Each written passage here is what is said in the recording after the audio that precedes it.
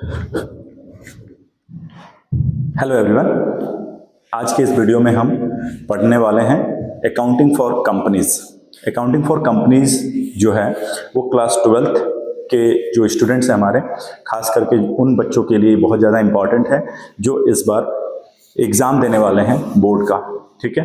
और जो लोग कॉमर्स बैकग्राउंड से हैं या कॉमर्स स्ट्रीम से हैं और आपकी जो अकाउंटेंसी की जो पेपर, अकाउंटेंसी का जो एग्ज़ाम होने वाला है उस के लिए ये बहुत ही ज़्यादा इम्पॉर्टेंट होने वाला है, क्योंकि ये जो हमारा सिलेबस है अकाउंटेंसी का, उसमें ये हमारा सेकंड वॉल्यूम है जिसमें हम लोग अकाउंटिंग फॉर कंपनीज के बारे में हमें पढ़ना होता है, जिसमें हम शेयर एंड डिवेंचर्स वगैरह के बारे में जो है पढ़ते हैं। और ये जो टॉपिक है, ये टॉपिक सिर्फ सीबीएसई बोर्ड के लिए नहीं, ये सभी बोर्ड के लिए इम्पॉर्टेंट है। जिनका भी कॉमर्स स्ट्रीम से एडमिशन है या कॉमर्स स्ट्रीम के जो बच्चे हैं एग्ज़ाम देने वाले हैं, उनके लिए इम्पॉर्टेंट होने वाला है, ठीक है। तो चलिए स्टार्ट करते हैं और देखते हैं कि आज के इस वीडियो में हम कौन कौन से टॉपिक को कवर करने वाले हैं, ठीक है। वैसे मैं एक वीडियो में सारे पूरा सिलेबस मैं आपको नहीं दूंगा, क्योंकि वीडियो जो होगा वो काफ़ी लेंदी हो जाएगा, और काफ़ी लेंदी हो जाएगा तो फिर आपके लिए भी वो बोरिंग हो जाएगा, है ना। तो इसलिए हम कोशिश कर रहे हैं कि एक छोटे छोटे पार्ट में हम लोग आपको क्या कर सकें, आपको रेगुलर बेसिस पर आप लोगों को अपडेट दे सकें और कुछ इंफॉर्मेटिव चीज़ें जो हैं, जो चैप्टर से रिलेटेड हैं, वो आपको हम दे सकें, या इस वॉल्यूम से रिलेटेड जो है, ठीक है। तो आज के इस वीडियो में देखते हैं हम लोग क्या क्या कवर करने वाले हैं। चलिए, जैसा कि आप देख पा रहे हो, class 12th CBSE, ISC, UP board and accounting for companies. CBSE वाले जो बच्चे हैं उनका जो 80 मार्क्स का जो टोटल एग्जाम होता है, उस 80 मार्क्स में, अकाउंटेंसी के 80 मार्क्स के एग्जाम में 24 मार्क्स इस वॉल्यूम से कवर होता है, मतलब शेयर एंड डिवेंचर्स से कवर होता है, यानी कि अकाउंटिंग फॉर कंपनीज वाले वॉल्यूम से कवर होता है, ठीक है। ये हमारा वीडियो फर्स्ट, यानी कि फर्स्ट वीडियो होगा ये हमारा, जिसमें हम लोग आज क्या क्या कवर करेंगे। तो देखिए, टॉपिक्स कवर जो हो रहे हैं वो होगा शेयर, फिर हमारा होगा क्लासेस, काइंड्स और टाइप्स ऑफ शेयर्स, फिर हम लोग इसमें पढ़ेंगे टाइप्स ऑफ प्रेफरेंस शेयर्स, और फिर difference between equity and preference shares. ये टॉपिक हम लोग आज इस वीडियो में कवर करेंगे, ठीक है। चलिए, अगर कोई डाउट, कोई कंफ्यूजन अगर आपको रहे पूरा वीडियो देखने के बाद, तो लास्ट में मैं आपको अपना नंबर भी दूंगा, जिसमें आप पर्सनली हमसे आप कंफ्यूजन्स या कोई भी प्रॉब्लम सॉल्व कर सकते हो। अपना प्रॉब्लम जो भी आपका रहे और डाउट रहे तो आप पूछ भी सकते हो, ठीक है। चलिए स्टार्ट करते हैं। सबसे पहले बात करेंगे हम शेयर्स। वैसे देखिए, जब अकाउंटिंग फॉर कंपनीज की बात हो रही है तो एक्चुअली ये है क्या। तो अकाउंटिंग फॉर कंपनीज का मतलब ही होता है कि जब कंपनी के लिए अकाउंट्स बनाया जाए, या फिर जब कंपनी अपना अकाउंट्स मेंटेन करती है, तो उसको हम लोग कहते हैं अकाउंटिंग फॉर कंपनीज। अब सवाल ये आता है कि कंपनी क्या करती है एग्जैक्टली, या कंपनी कौन है। तो company is an artificial person created by law, ये आप लोगों ने बीएसटी वगैरह में भी पढ़ा होगा, है ना। तो कंपनी क्या है, कंपनी एक आर्टिफिशियल पर्सन है, और उसके खुद के क्या है, उसको किसने बनाया, उसको लॉ ने बनाया, और उसके खुद के कॉमन सील होते हैं, है ना। तो ये आप लोग ने डेफिनेशन में तो पढ़ा ही होगा। बट जो कंपनी है वो अपना जो वर्क या जो फंडिंग वगैरह जो होती है कंपनी की, वो मेन उसका जो सोर्स होता है वो होता है शेयर इशू करना, शेयर बेचना, या फिर डिवेंचर इशू करके पैसे इकट्ठा करना अपने आगे के वर्क्स को कंटिन्यू चलाने के लिए। बट अब यहाँ सबसे बड़ा सवाल यही आता है कि सर ये शेयर है क्या, और ये जो शेयर और डिवेंचर्स होते हैं, इन्हीं का हिसाब किताब कंपनी जो है अपने अकाउंट में करती है। तो हिसाब किताब कैसे करती है वो तो हम आगे सीखेंगे धीरे धीरे जैसे जैसे आगे बढ़ेंगे। बट सबसे इंपॉर्टेंट चीज ये है कि ये शेयर होता क्या है। हमने कई बार सुना शेयर शेयर शेयर, बट ये शेयर है क्या एग्जैक्टली। तो देखिए, जैसा कि आप देख पा रहे हो पीछे, मेरे पीछे बोर्ड पर, शेयर्स का मीनिंग क्या है। शेयर्स का मतलब है total capital of the company is divided into units of small denominations, etch such unit is called share. It means कि सर जो कंपनी की टोटल कैपिटल होती है, यानी कि जो पैसा कंपनी एग्जैक्टली लगाती है, या आप कह सकते हो कंपनी का जो टोटल अमाउंट है जितने की वो कंपनी है, कंपनी उस टोटल कैपिटल को क्या करती है, छोटे छोटे हिस्सों में, छोटे छोटे डिनोमिनेशंस में, यानी छोटे छोटे हिस्सों में, छोटे छोटे पार्ट में कंपनी क्या करती है, उसको डिवाइड कर देती है, और उसी का हर एक हिस्सा, हर एक पार्ट जो है क्या कहलाता है, शेयर कहलाता है। इसको मैं थोड़ा एग्जांपल देकर के समझाने की कोशिश करता हूँ। मान लीजिए कि कंपनी की टोटल कैपिटल 50 लाख रुपए है, 50 लाख रुपीज है। ठीक है, अब कंपनी ने डिसाइड किया कि मुझे एक शेयर की वैल्यू, मतलब एक शेयर की वैल्यू मुझे 10 रुपए रखनी है। कितने रखनी है? 10 रुपए रखनी है। तो कंपनी क्या करेगी, इस 50 लाख को 10 से डिवाइड करेगी। तो 10 से जैसे ही कंपनी इसको डिवाइड करेगी तो कंपनी के पास टोटल शेयर्स कितने हो जाएंगे? कंपनी के पास टोटल शेयर्स हो जाएंगे 5 लाख। कितने शेयर्स हो जाएंगे? 5 लाख शेयर्स हो जाएंगे। अब कुछ लोगों के दिमाग में ये चल रहा होगा कि आखिर कंपनी ने 10 रुपया ही क्यों? तो वो 10 भी रख सकती है, 100 भी रख सकती है, 500 भी रख सकती है। वो कंपनी के ऊपर डिपेंड करता है कि कंपनी अपने एक शेयर की वैल्यू कितना रखना चाहती है।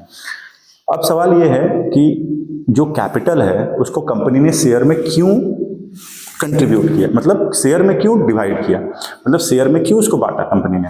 तो इसको भी समझना पड़ेगा आपको। देखिए, एक्चुअली होता क्या है कि कंपनी को अपने आप को चलाने के लिए, यानी कि कंपनी को अपना रेगुलर बिजनेस रन करने के लिए फंड की जरूरत होती है, मतलब कि पैसों की नीड होती है। किसी भी व्यक्ति को अपने बिजनेस को चलाने के लिए पैसों की नीड होती है। अब जो फंड आएगा वो आएगा कहाँ से?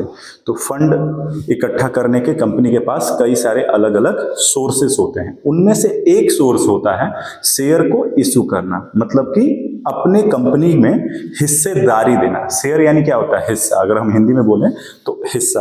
अब शेयर का मतलब है हिस्सा। तो यानी कि कंपनी क्या करती है, अपने यहाँ लोगों को हिस्सेदारी देती है, मतलब अपने कंपनी में अपने अंदर अपने पास हिस्सेदारी देती है। हिस्सेदारी देने का मतलब हुआ कि लोगों को कहती है कि आप आओ और आपके पास जो पैसा है वो पैसा आप हमें दो और आप हमारे साथ हिस्सेदार बन जाओ, मतलब कि हमें जो भी लाभ या हानि होगी उसमें आप हिस्सेदार हमारे साथ बन सकते हो। ठीक है, अब इस तरीके से कंपनी को अब जब क्या होता है कि लोगों से पैसा लेना होता है, तो अब सवाल यही है कि जो हिस्सा कंपनी दे रही है तो उसकी एक वैल्यू होनी चाहिए कि आखिरकार एक व्यक्ति कैसे ये डिसाइड करेगा कि मैं कितना रुपया दूं तो मैं हिस्सेदार बन सकता हूं, यानी कि मैं कितना पैसा दूं कंपनी को तो मैं कंपनी में हिस्सेदार बन सकता हूं। तो कंपनी इसीलिए क्या करती है, अपने जो टोटल कंपनी की जो वैल्यूएशन होती है, यानी कि जो कंपनी का जो टोटल कैपिटल होता है, कंपनी उसको एक फिक्स अमाउंट में क्या करती है, डिवाइड करती है। जैसे अगर 10 रुपये अगर कंपनी ने फिक्स किया है कि भाई मैं एक हिस्सा जो है कंपनी का मैं 10 रुपए का रखूंगा, तो इसका ये मतलब हुआ कि एक शेयर 10 रुपए का है। यानी कि अगर कोई व्यक्ति कंपनी में 10 रुपया अगर लगाता है तो इसका ये मतलब निकला कि वो इस 50 लाख रुपीज में, वो 50 लाख रुपीज का जो टोटल कैपिटल है उसमें 10 रुपया उसका इनपुट है सामने वाले का, जो कि कंपनी को उसने दिया है। समझ में आ रहा है कि नहीं आ रहा? इसका ये मतलब निकला, यानी कि 10 रुपए की हिस्सेदारी है उसकी। तो कंपनी की टोटल कैपिटल कितने की है? 50 लाख। उस 50 लाख में 10 रुपए अगर कोई व्यक्ति देता है तो इसका ये मतलब निकला कि 50 लाख में टोटल 50 लाख में 10 रुपए की हिस्सेदारी उस व्यक्ति की है जिसने कंपनी का एक शेयर जो कि 10 रुपए का है उसने खरीद लिया। बात समझ में आ रहा है कि नहीं आ रहा? अब ये कैसे खरीदा जाता है, कैसे बेचा जाता है, उसका एक पूरा अलग से एक प्रोसीजर है जिसको हम आगे सीखेंगे। ठीक है, तो ये शेयर का मतलब ये हुआ। तो क्या समझ में आया? शेयर क्या है? शेयर मतलब है टोटल कैपिटल जो कंपनी की होती है, कंपनी उसको क्या करता है, डिवाइड कर देता है into units of small denominations, यानी छोटे छोटे हिस्सों में डिवाइड कर देता है और उसका हर एक हिस्सा, each such unit is called क्या? शेयर। यानी कि हर एक छोटा हिस्सा क्या कहलाता है? शेयर कहलाता है। तो आई थिंक आपको समझ में आ चुका होगा। ठीक है, तो इस तरीके से कंपनी ने टोटल कैपिटल को एक पर्टिकुलर वैल्यू से डिवाइड करा और वो शेयर में कन्वर्ट हो गया। ठीक है, अब आगे बढ़ते हैं। देखिए, इसके कुछ इंपॉर्टेंट पॉइंट्स हैं, जैसे shares must be numbered so that they may be identified, यानी कि शेयर जो है वो नंबर में होने चाहिए जिससे कि उसको आइडेंटिफाई किया जा सके। जैसे मैंने अभी नंबर में बनाया ना कि 5 लाख टोटल शेयर्स, तो ऐसे पता चल पा रहा है ना कि 10-10 रुपए के टोटल 5 लाख शेयर्स है। यानी कि अगर कंपनी एक एक करके अगर एक एक शेयर भी अगर लोग खरीदे, अगर एक एक शेयर भी खरीदे तो टोटल 5 लाख लोग जो हैं क्या होंगे? कंपनी के शेयर होल्डर्स होंगे। आया बात समझ में? अब कंपनी अपना अपना क्राइटेरिया रखती है। अब कंपनी कई बार ऐसा भी करती है कि एक शेयर की वैल्यू तो 10 रुपए है, लेकिन हमारे कंपनी में पैसा वही इन्वेस्ट कर सकता है जो कम से कम 100 शेयर खरीदेगा। यानी क्या समझ में आया आपको? ये कंपनी डिसाइड करती है, जैसे एक शेयर की वैल्यू तो 10 रुपए है, लेकिन आप हमारे कंपनी में इन्वेस्टमेंट तभी कर सकते हो या पैसा तभी लगा सकते हो जब आप हमारे कंपनी का 100 शेयर खरीदेंगे। तो यानी कि एक व्यक्ति को अगर किसी कंपनी में पैसा लगाना है तो एक शेयर के लिए तो 10 रुपये लगाएगा, लेकिन कंपनी का कंडीशन ये है कि आपको कम से कम 100 शेयर खरीदने हैं। तो यानी कि कम से कम 100 शेयर यानी कि 100 × 10 कर दो आप, समझ में? 100 × 10 कर दो, तो 100 × 10 करो तो 1000 रुपए हुए, यानी कि 1000 रुपए कम से कम आप इन्वेस्ट करोगे तो जाकर के आप कंपनी के हिस्सेदार बन सकते हो। अब देखो होता क्या है ना कि 50 लाख रुपए एक बहुत बड़ा अमाउंट होता है। अब अगर कंपनी 50 लाख रुपए अगर अकेले एक व्यक्ति से अगर मांगे तो नॉर्मल सी बात है कि शायद 100 लोगों से मांगेगी तो कोई एक या वो भी चांस ना बने कि कोई 50 लाख एक साथ में दे दे। तो कंपनी को तो पैसा चाहिए अपने बिजनेस चलाने के लिए, तो इसलिए कंपनी क्या करती है कि छोटे छोटे हिस्सों में कंपनी डिवाइड कर देती है, छोटे छोटे अमाउंट से इसको डिवाइड कर देती है, ताकि कम कम पैसा जो है ना कई लोगों से जब कंपनी लेगी तो कंपनी को आसानी से जो अपना फंड है वो इकट्ठा हो जाएगा कंपनी के पास। तो इसलिए कंपनी क्या करती है कि छोटे छोटे डिनोमिनेशंस में इसको डिवाइड कर देती है। तो इस बात का भी ध्यान रखेंगे आप, ठीक है। दूसरा चीज ये है, shares are movable property transferable in the manner provided by the articles of association of the company. यानी कहने का मतलब ये है कि जो शेयर्स होते हैं वो मूवेबल प्रॉपर्टी होती है कंपनी की, मतलब कि उसको आप मूव कर सकते हो। मूव करने का मतलब ये होता है कि एक व्यक्ति ने अगर किसी कंपनी का शेयर खरीदा, सपोज कर लो कि ए ने कंपनी का शेयर खरीदा 100 शेयर्स, ठीक है। ए ने कंपनी का 100 शेयर्स खरीदा। अब ए जो है वो कुछ दिनों के बाद या कुछ साल के बाद उसको लगता है कि मुझे ये शेयर अपने पास नहीं रखने या मुझे इस कंपनी में हिस्सेदारी नहीं रखनी है, तो वो अगर चाहे तो वो किसी दूसरे पर्सन को यानी बी को इन 100 शेयर्स को क्या कर सकता है, ट्रांसफर कर सकता है। लेकिन ये तभी पॉसिबल है जब कंपनी का आर्टिकल ऑफ एसोसिएशन क्या करे, अलाउ करे। यानी कि कंपनी के शेयर ट्रांसफरेबल होंगे या नहीं होंगे ये कैसे डिसाइड होता है? ये डिसाइड होता है कंपनी के आर्टिकल ऑफ एसोसिएशन से। आप लोगों ने बीएसटी में या मैनेजमेंट वाले पार्ट में आपने पढ़ा भी होगा, memorandum of association and article of association. तो जो internal rules and regulations company की होती है वो बेसिकली आर्टिकल ऑफ एसोसिएशन में ही मेंशन होता है। तो आर्टिकल ऑफ एसोसिएशन अगर अलाउ कर रहा है कंपनी के शेयर्स को ट्रांसफर करने के लिए, देन कोई भी पर्सन जो है वो अगर चाहे तो कंपनी के शेयर्स को अगर उसने खरीदा है और वो चाहता है कि मैं किसी और को ट्रांसफर करूं तो ट्रांसफर कर सकता है। तो कंपनी के शेयर्स जो होते हैं वो ट्रांसफरेबल भी होते हैं। बस कंडीशन ये है कि वो आर्टिकल ऑफ एसोसिएशन में ट्रांसफर करने के जो रूल्स रेगुलेशंस जो है, ऐसा रूल्स एंड रेगुलेशंस बना हुआ हो या उसमें मेंशन हो, ठीक है। तीसरा केस है हमारा, shares of a company are treated as goods under the sales of goods act 1930। Okay, अगर हम सेल्स ऑफ गुड्स एक्ट 1930 के अकॉर्डिंग अगर हम बात करें तो इसके अकॉर्डिंग जो शेयर है वो एक गुड्स की तरह होता है, यानी कि एक वस्तु की तरह होता है, ठीक है, जिसको आप खरीद सकते हो और बेच सकते हो। जैसे हर एक वस्तु को हम क्या कर सकते हैं, खरीद सकते हो और बेच सकते हैं। तो सेल्स ऑफ गुड्स एक्ट 1930 के अकॉर्डिंग अगर हम देखें शेयर्स कि शेयर्स क्या है, तो शेयर्स मीन्स गुड्स जिसको आप क्या कर सकते हो, खरीद और बेच सकते हो, ठीक है। तो आई थिंक आपको शेयर्स का कॉन्सेप्ट क्लियर हो चुका होगा, ठीक है। नेक्स्ट टॉपिक जो है हमारा आज का वो है क्लासेस, काइंड्स और टाइप्स ऑफ शेयर्स, ठीक है। अब अगर आप देखोगे तो under section 43 of companies act 2013 two types of shares, यानी कि अगर हम कंपनीज एक्ट 2013 के अकॉर्डिंग अगर बात करें तो हमारे जो शेयर्स होते हैं उसके कितने टाइप्स होते हैं, उसके 2 टाइप्स होते हैं, एक प्रेफरेंस शेयर्स, दूसरा इक्विटी शेयर्स। एक है प्रेफरेंस शेयर्स और दूसरा है equity shares. Okay, so now what is preference shares and what is equity shares. तो पहले तो प्रेफरेंस शेयर्स और इक्विटी शेयर्स जो होते हैं ना, ये 2 अलग अलग टाइप के शेयर्स हैं। प्रेफरेंस शेयर्स जो होते हैं वो शॉर्ट टर्म होते हैं और इक्विटी शेयर्स जो होते हैं वो लॉन्ग टर्म होते हैं। ये आप डिफरेंस के लिए भी यूज कर सकते हो, जिन चीजों को मैं यहाँ पे अभी बता रहा हूँ आपको। प्रेफरेंस शेयर्स शॉर्ट टर्म होते हैं और इक्विटी शेयर्स लॉन्ग टर्म होते हैं। यानी आप ये कह सकते हो कि जो लोग साल भर से ज्यादा के लिए अपना पैसा, यानी 1 साल से ज्यादा के लिए, यानी कि 5 साल, 7 साल, 8 साल, 10 साल या लाइफ लॉन्ग के लिए जो पैसा अपना किसी कंपनी में लगाते हैं या इन्वेस्ट करते हैं, तो वो जो शेयर्स परचेज कर रहे होते हैं उनको इक्विटी शेयर्स हम कहते हैं। और जो लोग अपना पैसा फिक्स्ड रिटर्न देखते हुए, फिक्स्ड रिटर्न कि हाँ हमें साल में इतना रिटर्न मिलेगा, इस फिक्स्ड रिटर्न को देखते हुए जब कुछ लोग अपने पैसों को किसी कंपनी में साल भर या उससे साल भर के लिए इन्वेस्ट करते हैं या उससे कम के लिए इन्वेस्ट करते हैं, तो इसको हम लोग शॉर्ट टर्म कहते हैं। क्लियर है? तो अगर कोई लॉन्ग टर्म के लिए शेयर खरीद रहा है तो इट मींस वो इक्विटी शेयर खरीद रहा है, और अगर कोई शॉर्ट टर्म के लिए पैसे इन्वेस्ट कर रहा है कंपनी में तो इट मींस वो प्रेफरेंस शेयर खरीद रहा है। तो इसीलिए प्रेफरेंस शेयर जो होता है वो शॉर्ट टर्म होता है, शॉर्ट टर्म के लिए होता है, और इक्विटी शेयर जो होता है वो लॉन्ग टर्म के लिए होता है। ठीक है, तो पहला डिफरेंस ये हो गया। दूसरा जो डिफरेंस है प्रेफरेंस शेयर और इक्विटी शेयर का, वो ये है कि प्रेफरेंस शेयर होल्डर्स जो होते हैं वो कंपनी के रियल ऑनर नहीं होते हैं, बिकॉज उनका सिर्फ और सिर्फ मोटिव ये होता है कि हम एक कम समय के लिए कंपनी में पैसे इन्वेस्ट करेंगे, एंड उनका जो रिटर्न उस पैसे पे जो उनका रिटर्न होता है वो प्री फिक्स्ड होता है, यानी कि पहले से ही फिक्स्ड होता है। समझ में आ रहा है? तो इसलिए वो जो होते हैं इन्वेस्टर्स जो होते हैं वो रियल इन्वेस्टर्स नहीं होते हैं, मतलब आप कह सकते हो कि they are not the real investors.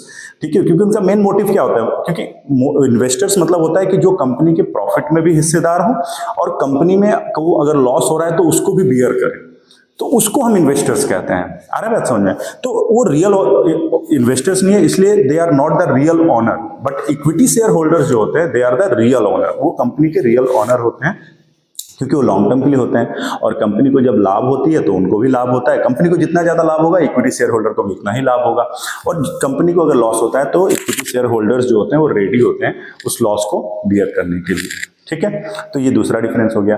तीसरा ये है कि चूंकि वो प्रेफरेंस शेयर्स जो होते हैं खरीदने वाले लोग या प्रेफरेंस शेयर जो लोग खरीदते हैं, तो प्रेफरेंस शेयर्स में ना वोटिंग राइट नहीं मिलती है, मतलब कि कंपनी के अंदर कुछ चेंजेस करने हैं, किसको डायरेक्टर अपॉइंट करना है, इसमें जो वोटिंग देने की जो पावर होती है ना वो प्रेफरेंस शेयर वालों के पास नहीं होती है। लेकिन जो इक्विटी शेयर होता है उसमें ये वोटिंग राइट मिलता है इक्विटी शेयर खरीदने वालों को। मतलब इक्विटी शेयर होल्डर्स जो होते हैं वो कंपनी के मैनेजमेंट में भी पार्ट ले सकते हैं, प्लस उनके पास वोटिंग राइट भी होती है कि किसको डायरेक्टर अपॉइंट करना चाहिए। अरे बात समझ में?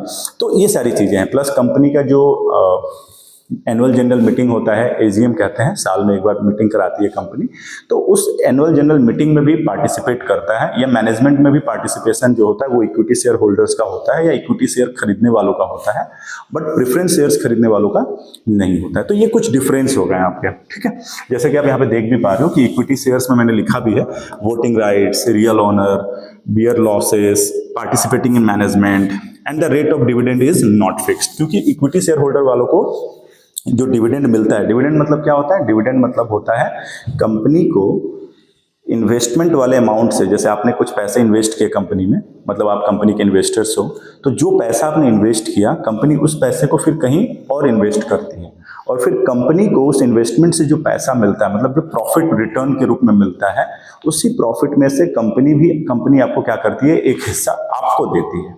आया बात समझ में? और उसी हिस्से को डिविडेंड कहा जाता है। तो बेसिकली जो पैसे इन्वेस्ट करते हैं कंपनी में, उनको उनके पैसे पे जो रिटर्न मिलता है उसी को डिविडेंड कहा जाता है। डिविडेंड, लाभांश, हिंदी में अगर कहें तो लाभांश। और ये जो इक्विटी शेयर होते हैं ना, इनको हम लोग हिंदी में कहते हैं समता अंश। इक्विटी को समता कहते हैं और प्रेफरेंस को पूर्वाधिकार कहते हैं। ठीक है, आ रहा है बात समझ में? तो ये चीज हो गया। बट जो प्रेफरेंस शेयर वाले जो है, इनमें क्या क्या चीजें हैं तो देखिए, preference shares carry following 2 rights. ये लोग 2 राइट्स कैरी करते हैं बेसिकली। पहला, right to receive dividend at a fixed rate before any dividends is paid on the equity shares, यानी कि इक्विटी शेयर होल्डर्स को डिविडेंड मिलने से पहले जो कंपनी की प्रॉफिट होती है उस प्रॉफिट में से डिविडेंड किसको मिलता है? प्रेफरेंस शेयर्स खरीदने वालों को मिलता है। तो प्रेफरेंस शेयर्स खरीदने वालों को ये राइट है, उनके पास ये राइट्स है कि वो रिसीव करेंगे डिविडेंड क्या?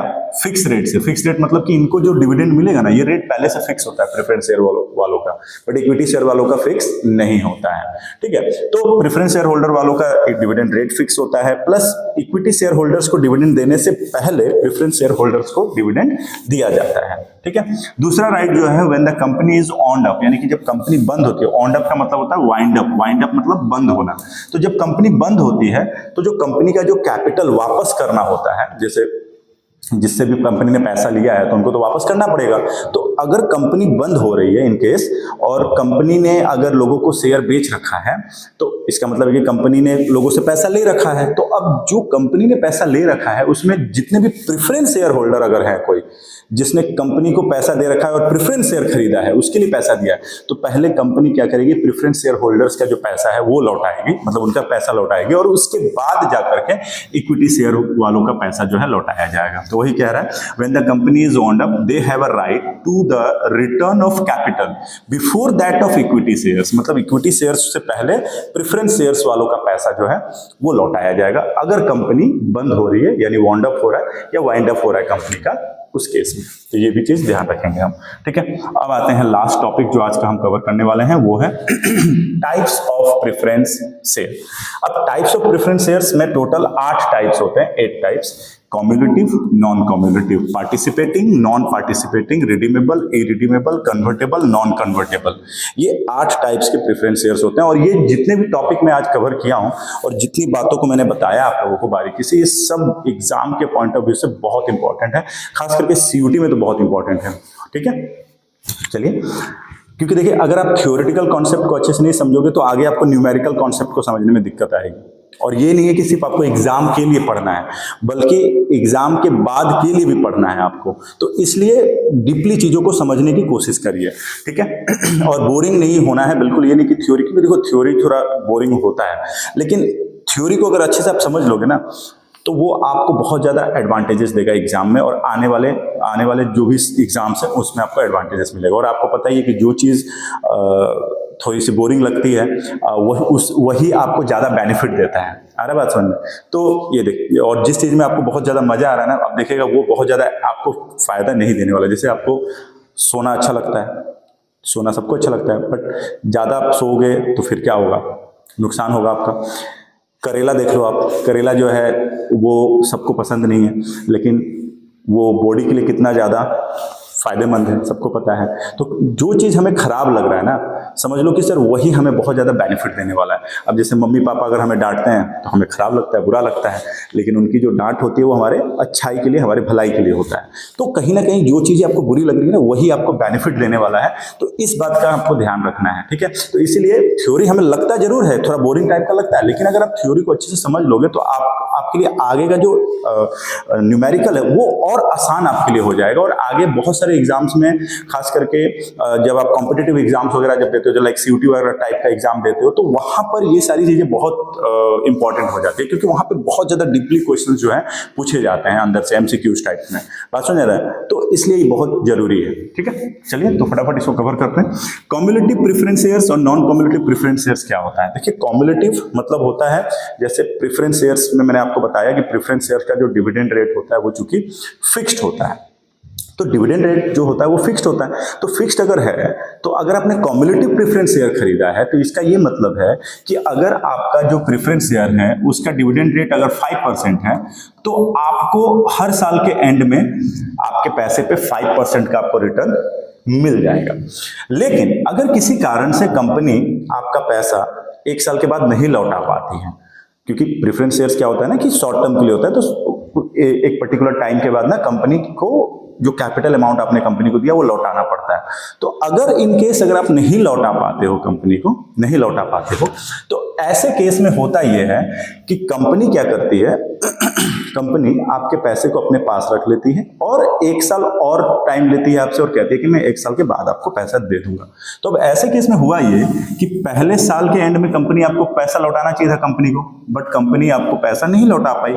तो कंपनी अगर आपको पैसा नहीं दे रही है तो उस पर जो डिविडेंड बन रहा है वो 5% आपको दे देगी, और दूसरे साल के लिए जब कंपनी वो आपका पैसा वापस अपने पास जब रखेगी, तो दूसरे साल भी आपको उस पैसे पर 5% जो है डिविडेंड मिलेगा। मतलब जो कैपिटल आपने कंपनी को दे रखा था उस पर आप, जब तक कंपनी वो पैसा अपने पास रखेगी तब तक आपको कंपनी 5% जो है वो देती रहेगी, डिविडेंड आपको मिलता रहेगा, मतलब आपका लाभ आपको मिलता रहेगा, कैपिटल आपका कंपनी के पास पड़ा रहेगा। उसको कॉम्युलेटिव कहते हैं। बट नॉन कॉम्युलेटिव जो है उसमें क्या होता है कि आपको पहले साल का तो मिलेगा, लेकिन दूसरे साल अगर कंपनी आपका पैसा अगर अपने पास रखती है तो दूसरे साल के अंत में जब कंपनी आपको पैसा लौटाएगी तो सिर्फ आपको अपना कैपिटल देगी, बट आपका दूसरे साल का डिविडेंड जो 5% मिलना चाहिए वो आपको नहीं मिलेगा नॉन कम्युलेटिव में। तो आप सोच रहे होगे सर तो ऐसा कोई क्यों खरीदेगा, तो यस सही बात है, ये ऐसा प्रेफरेंस शेयर इशू भी नहीं होता, क्योंकि ये टाइप है तो हमें पढ़ना है, बट ऐसा प्रेफरेंस शेयर इशू नहीं किया जाता है। नॉर्मल बात है, कोई नहीं खरीदेगा। अच्छा, आप पूछोगे कि सर ये पता कैसे चलता है कि हमने कौन से प्रेफरेंस शेयर खरीदे, तो जब आप शेयर खरीदते हो तो उसका एक एग्रीमेंट बनता है, उसका एक सर्टिफिकेट तैयार किया जाता है और उसमें वो सारे टर्म्स एंड कंडीशन मेंशन होते हैं कि आपने कौन से शेयर परचेज किए हैं कंपनी के। अगर प्रेफरेंस शेयर खरीदा तो प्रेफरेंस शेयर में आप इनमें से किस टाइप का प्रेफरेंस शेयर आपने खरीदा है, वो सारी चीजें पहले से ही लिखी होती हैं उसमें, ठीक है, तो ये भी ध्यान रखेंगे। तीसरा है पार्टिसिपेटिंग एंड नॉन पार्टिसिपेटिंग। देखिए, पार्टिसिपेटिंग प्रेफरेंस शेयर जो लोग खरीदते हैं उनको क्या बेनिफिट मिलता है कि जब कंपनी को नॉर्मल रेट से ज्यादा का लाभ अगर होता है, जैसे हर कंपनी का एक नॉर्मल रेट ऑफ रिटर्न होता है, एनआरआर हम लोग कहते हैं, ठीक है ना। तो जैसे मान लीजिए कि कंपनी का नॉर्मल प्रॉफिट रेट जो है, मतलब नॉर्मल रेट ऑफ रिटर्न जो है वो मान लो 10% है, और कंपनी ने आपको जो प्रेफरेंस शेयर बेचा है उस पर कंपनी ने आपको कहा है कि हम आपको 3% क्या करेंगे, डिविडेंड देंगे। तो ये फिक्स्ड है आपका 3%, मतलब कंपनी को 10% का नॉर्मल रिटर्न मिल रहा है तो कंपनी आपको 3% दे रही है, ठीक है। अब कई बार ऐसा भी होता है कि कंपनी का जो नॉर्मल रेट ऑफ रिटर्न होता है उससे ज्यादा भी कई बार कंपनी को रिटर्न मिल जाता है। मान लो किसी साल कंपनी को 10% के बजाय 15% का लाभ हो गया, तो ऐसे में कंपनी क्या करेगी, जब 10% पे कंपनी ने आपको 3% फिक्स किया था और अगर कंपनी को किसी साल नॉर्मल रेट से ज्यादा का यानी कि सरप्लस हो जाता है, तो कंपनी क्या करती है कि वो सरप्लस जो 5% है उस 5% में से भी कुछ परसेंटेज ऑफ डिविडेंड इस 3% फिक्स डिविडेंड के साथ, लाइक मान लो 1% कंपनी आपको बढ़ा करके देती है। ये कब होगा, जब आप पार्टिसिपेटिंग प्रेफरेंस शेयर खरीदोगे तब। तो पार्टिसिपेटिंग प्रेफरेंस शेयर में बेसिकली क्या है कि जब कंपनी को किसी साल सरप्लस होता है प्रॉफिट में, तो कंपनी आपके डिविडेंड रेट को भी थोड़ा सा इंक्रीज कर देती है, मतलब जो फिक्स्ड है वो तो मिलेगा ही, प्लस उसमें कुछ इंक्रीज करके आपको मिलेगा। पार्टिसिपेटिंग में ये होता है, बट नॉन पार्टिसिपेटिंग में ऐसा कुछ नहीं है। नॉन पार्टिसिपेटिंग में आपका जो 3% फिक्स्ड है बस वो 3% आपको मिलेगा, फिर चाहे कंपनी को कितना भी सरप्लस क्यों ना हो, ठीक है। तो ये नॉन पार्टिसिपेटिंग में। तीसरा जो है वो है रिडीमेबल प्रेफरेंस शेयर। रिडीमेबल का मतलब होता है निश्चित समय के बाद लिया हुआ पैसा वापस करना। तो एक प्रेफरेंस शेयर ऐसा होता है जिसमें आपका एक टाइम फिक्स होता है, टाइम पीरियड, कि भाई मैंने इतने दिन के लिए पैसा आपको दिया है, इतने दिन के बाद ये पैसा मुझे चाहिए। तो जैसे वो मैच्योरिटी डेट पूरा हो जाता है, जैसे आपने 1 साल के लिए अगर कंपनी को पैसा दिया और 1 साल पूरे हो गए, तो 1 साल के बाद आप कंपनी से कभी भी अपना पैसा जो है कैपिटल अमाउंट मांग सकते हो, वापस ले सकते हो। ऐसे प्रेफरेंस शेयर को रिडीमेबल कहा जाता है। और दूसरा है ई रिडीमेबल, मतलब अगला है ई रिडीमेबल। तो ई रिडीमेबल जो होता है उसमें कोई फिक्स पीरियड नहीं होता कि इतने दिनों के बाद आपका पैसा आप कंपनी से वापस लोगे। तो इसका क्या मतलब है कि आप पैसा हमें वापस नहीं मिलेगा, पैसा वापस मिलेगा। कब मिलेगा, जब कंपनी वाइंड अप होगी तो उस दौरान आपका पैसा जो है आपको रिटर्न कर दिया जाएगा। लेकिन एक जो फिक्स टाइम होता है वो टाइम इसमें कोई फिक्स नहीं रहता है कि 2 साल या 3 साल के बाद आप अपना पैसा जो है वापस ले सकते हो। वो ई रिडीमेबल प्रेफरेंस शेयर कहलाता है, ठीक है। रिडीमेबल का बेसिकली मतलब ही होता है कि लिया हुआ पैसा वापस जब हम लोग करते हैं तो उसी को रिडम्पशन कहते हैं, तो उसी रिडम्पशन से रिडीमेबल बना है, ठीक है। सॉरी। नेक्स्ट है कन्वर्टेबल। कन्वर्टेबल क्या होता है, कन्वर्टेबल का मतलब होता है कि जब कंपनी आपके द्वारा खरीदे गए प्रेफरेंस शेयर्स को इक्विटी शेयर में कन्वर्ट कर दे या फिर डिवेंचर्स में कन्वर्ट कर दे, या ये कैसे, जैसे होता है अक्सर ना कि आपने प्रेफरेंस शेयर खरीदा और पैसा जब लौटाने का टाइम आया, मतलब कंपनी आपको डिविडेंड तो दे रही है लेकिन जो आपका कैपिटल अमाउंट है जब लौटाने का टाइम आया तो कंपनी ने आपको एक ऑप्शन दिया, कहा कि आप चाहे तो इतने ही रुपए का हमारे कंपनी के इक्विटी शेयर होल्डर आप बन सकते हो। तो आप चाहो तो आप, जैसे आपने मान लो कंपनी को 5 लाख रुपया दे रखा है और प्रेफरेंस शेयर आपने खरीद रखा है ना, जब कंपनी का लौटाने का टाइम आया 5 लाख, तो कंपनी ने आपको कहा कि आप 5 लाख रुपए के इक्विटी शेयर होल्डर बन जाओ हमारे कंपनी में, हमारे कंपनी का इक्विटी शेयर खरीद लो या हमारे कंपनी के डिवेंचर्स खरीद लो। तो अगर शेयर होल्डर तैयार है, चाहता है कि कंपनी में हम long term equity share holder बन जाएं या डिवेंचर होल्डर बन जाए, तो वो कन्वर्ट करवा सकता है। तो ऐसे प्रेफरेंस शेयर जिसको इजीली कन्वर्ट किया जा सके इनटू इक्विटी और डिवेंचर्स, उसको कन्वर्टेबल प्रेफरेंस शेयर कहते हैं। और जिसको कन्वर्ट ना किया जा सके उसको नॉन कन्वर्टेबल प्रेफरेंस शेयर कहते हैं। एंड तो ये था आज हम लोगों का पूरा टॉपिक जो मैंने इस वीडियो में कवर किया, शायद आधे घंटे ऑलमोस्ट। तो ये इंपॉर्टेंट टॉपिक्स थे, इस चैप्टर का ये शुरुआत था, ठीक है। नेक्स्ट वीडियो में मैं इसके आगे के 3-4 टॉपिक मैं कवर करूंगा, जैसा कि आप लोग देख पा रहे हो यहाँ पर। नेक्स्ट वीडियो जो हमारा होगा वो होगा basically share capital, meaning and kinds of types, private placement of shares, employees stock option plan, ESOP जिसको कहते हैं, एंड स्वेट इक्विटी शेयर से रिलेटेड, ठीक है। सो आज के लिए इस वीडियो में बस इतना ही। एंड लास्ट में मैं आप लोगों को यहाँ पर, जैसा कि आप लोग देख पा रहे हो, यहाँ पर हमारा नंबर है, आप यहाँ से नोट कर सकते हो। अगर इस वीडियो में किसी भी टॉपिक में कोई डाउट या कोई कंफ्यूजन अगर आपका रह गया हो पूरा वीडियो देखने के बाद, तो आप इस नंबर पे पर्सनली मुझे मैसेज करके अपना डाउट जो है क्लियर कर सकते हो। So thank you very much. मिलते हैं फिर नेक्स्ट क्लास में, नेक्स्ट वीडियो में नए टॉपिक के साथ। Thank you.